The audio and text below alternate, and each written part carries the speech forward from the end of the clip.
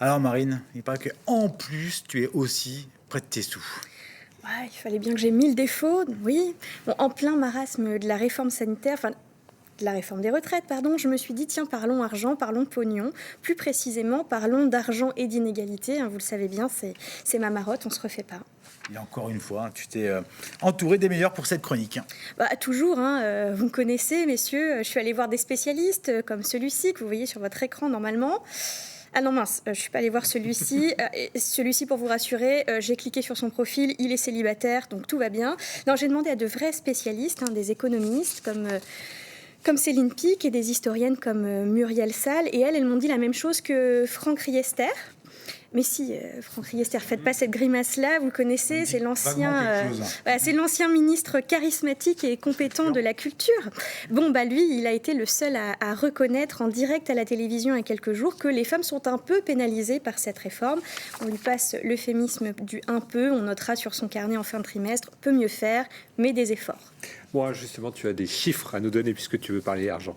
Évidemment, et on a une étude du Conseil Recherche, Ingénierie, Formation pour l'égalité femmes-hommes, le CORIF, qui ont été publiés en 2017 et qui nous disent bien cette histoire des 6 milliards qu'on a vu traîner dernièrement beaucoup sur les réseaux, de même que ce que peut nous dire la chercheuse Christiane Marty, qui était l'invitée dernièrement chez nous à Nantes, de l'intersyndicale des femmes du 44. Elle dit que l'égalité réelle des salaires permettrait d'augmenter de 12,4% les cotisations pour les retraites et de remplir les caisses donc de 6 milliards de plus. Si on met là ça, l'accès à l'emploi des 1,1 million de femmes qui le souhaitent et qui en ont besoin, en gros ça nous produit un gain total de 10,1 milliards de cotisations.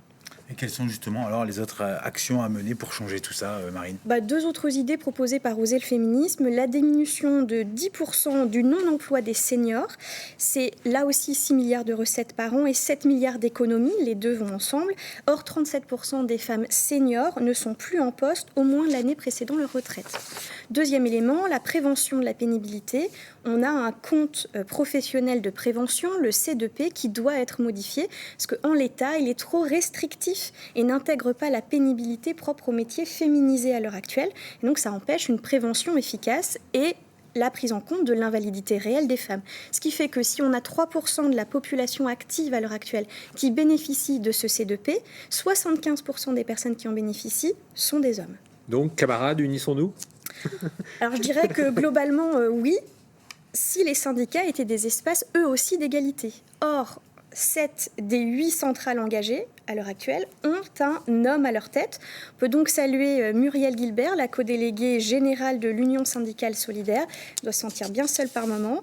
Notons en regard de cette réalité que 48,9% des actifs de 14 à 64 ans étaient des femmes en 2021. Donc on attend qu'elles soient bien représentées dans les instances dirigeantes syndicales. Et il y a plusieurs causes à tout ça, hein, comme souvent Marine, tu nous diras qu'il y a évidemment un aspect d'inégalité dans l'éducation financière entre filles et garçons à la base déjà. Hein. Évidemment, sauf que comme j'ai pas 2 heures devant moi, je vais plutôt vous inviter. Eh ben, c'est bien ce que je dis. Comme j'ai pas 2 heures devant moi et seulement 1 minute, je vais plutôt donner rendez-vous à celles et ceux qui sont disponibles et qui le souhaitent pour aller plus loin ensemble, pour continuer à échanger sur ce sujet-là et de venir nous rejoindre jeudi prochain, donc le 9 février à Dialogue, où on fait venir Dialogue et moi pour Egalus, l'autrice Titio Lecoq, qui nous parle justement des inégalités financières entre filles et garçons, depuis la naissance jusqu'à la retraite et même jusqu'à la mort. Merci Marine pour toutes ces informations. Enfin merci, est-ce qu'on doit te remercier pour tout ça, pour nous avoir informés évidemment, mais il y a du chemin encore à faire. Oui, j'aime faire pleurer nos téléspectateurs et tu le sais. Et ça va continuer je crois.